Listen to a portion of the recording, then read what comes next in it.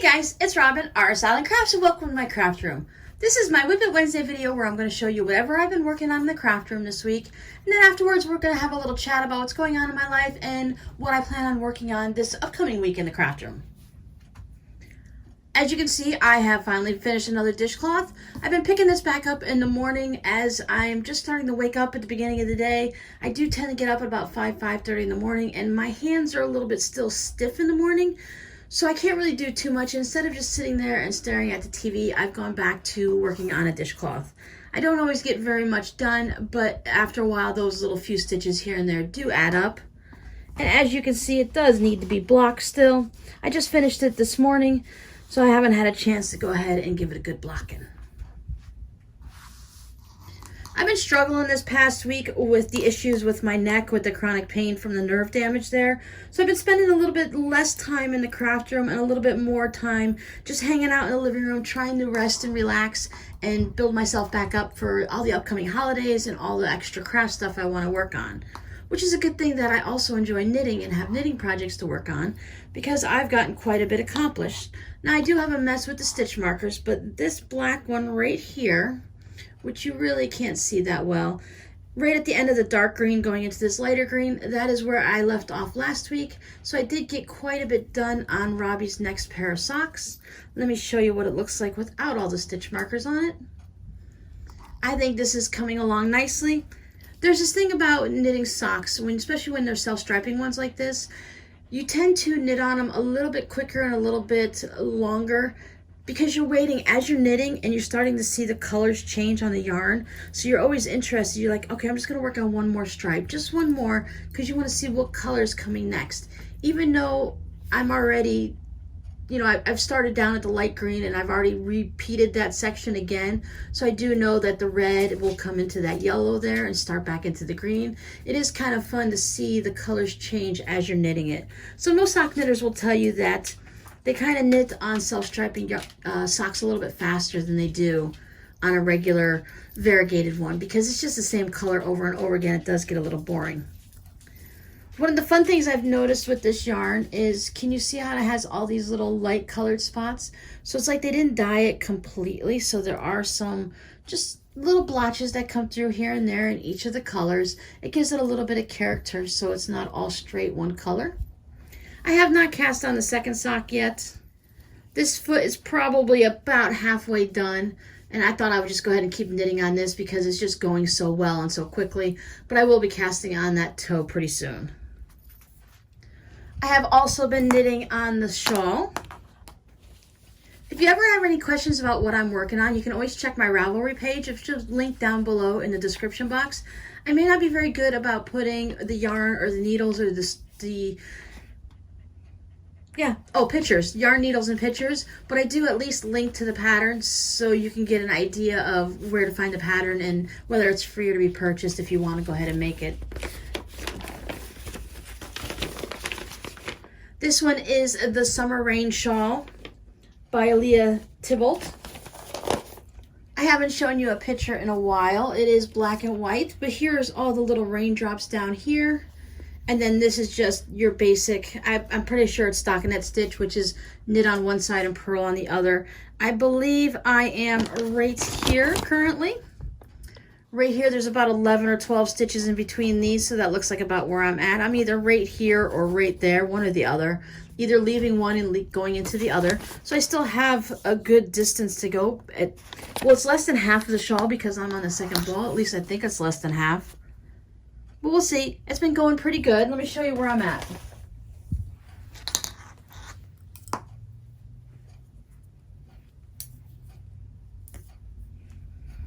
Since I started at the bottom and I'm working my way up, I am now decreasing, so the rows are getting a little bit shorter and the raindrops are being spread out further and further now, so then I'm not having to do special things on a regular basis. Now this shawl, for what we would normally consider the wrong side, is the side with all the pearls. That's what they consider the right side. There's all the little raindrops. So you see these are all the back bumps of the pearl. This shawl is reversible. It can be worn any way you want. This is the front side. This is more of the knit side tends to be more of a smoother side. And they both of them will have all the different ridges and stuff to add a little bit of texture to it.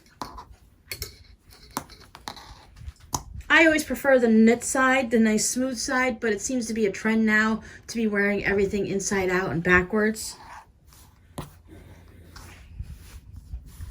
And once this is done and it gets a good little soaking in a bath, it can be go ahead and blocked out and stretched to a nice extra length, because it looks pretty short here, but as you can see, when you're doing lace work, it doesn't really look perfect and finished until you actually give it a nice blocking. Now, not everything needs to be blocked, but if you want to open up these little raindrop holes and stuff like that and give it that nice bit of length, you go ahead and give it a nice bath. Oh, you can see really nicely in the texture on this side here. But once again, this is the wrong side.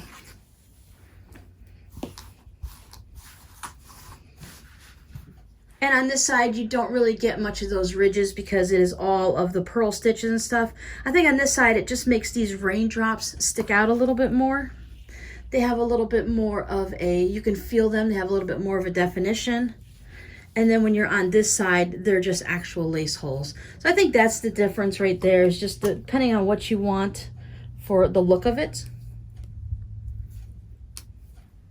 So this is actually becoming enjoyable again. For a while there, it was a bit of a trudge just trying to get through it. But now that things are spacing out again and there's more of a knitting and purling versus a ton of lace work, it has evened itself out and it's become more enjoyable.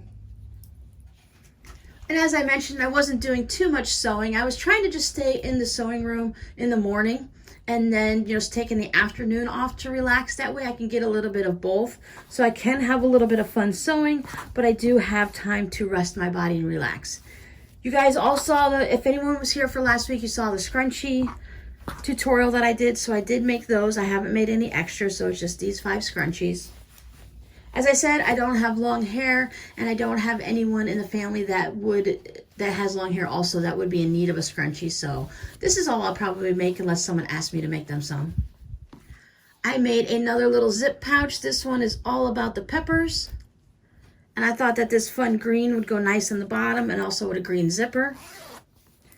And then on the inside, I was just really feeling this bright colors this past week. So I went with the bright and funky colorful crabs.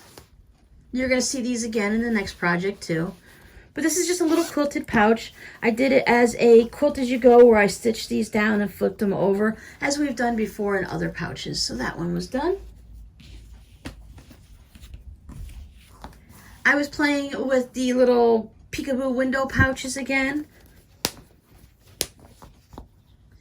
I have these fun little sea animals with all the little fishies. This is just like the regular pouch like you've seen before. I still haven't quite gotten exactly what I need to figure out yet to get the pouch done the way I want it.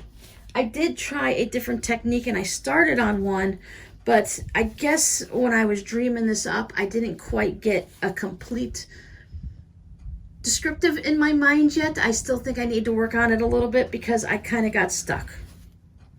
I was thinking whether or not I wanted to, because I thought, well, maybe I could do French seams, which would work, but then I would have the stitches to go all the way around, and that's fine, but that's still not exactly what I was going for. So I went ahead and stopped at this point here, and I may pick this one up, or I may just go ahead and pick out the stitches and turn it into another one of these, just a smaller version. Because as it is right now, I cannot go past this step very easily. There are a couple of things that I can do, but it still wasn't quite what I wanted. So for now, I'm just going to set it aside. And one day or one night, I'll either think about it when I'm in the shower, or I'll dream it up in the middle of the night, and I'll know exactly where to go. But they do have some cute little crabs and stuff in here. I thought that was kind of nice to have the fish and then the ocean scene underneath, as you can see here.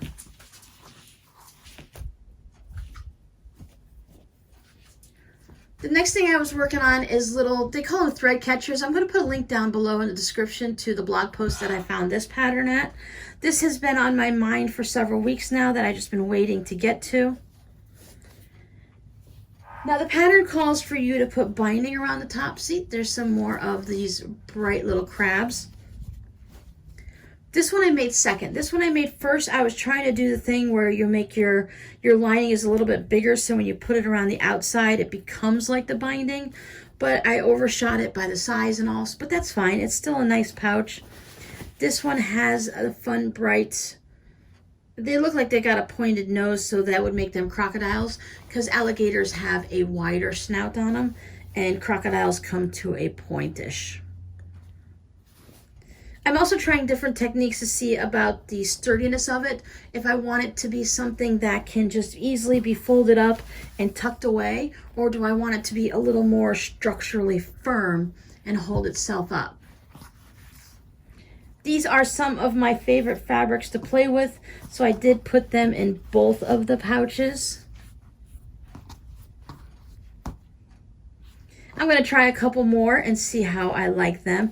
This one I did just hand stitch the binding all around just like it calls for in the pattern, and that works out fine, and I think this is perfectly sturdy enough. But I want to try a couple other things because I'm always trying to try another couple other things just to see if I can get it a little bit sturdier without making it so firm that it would be difficult to ship out and send to someone. I think these would be fun to put. This is supposed to be like a thread catcher to put all your little bits and threads in while you're sewing, but that's kind of large.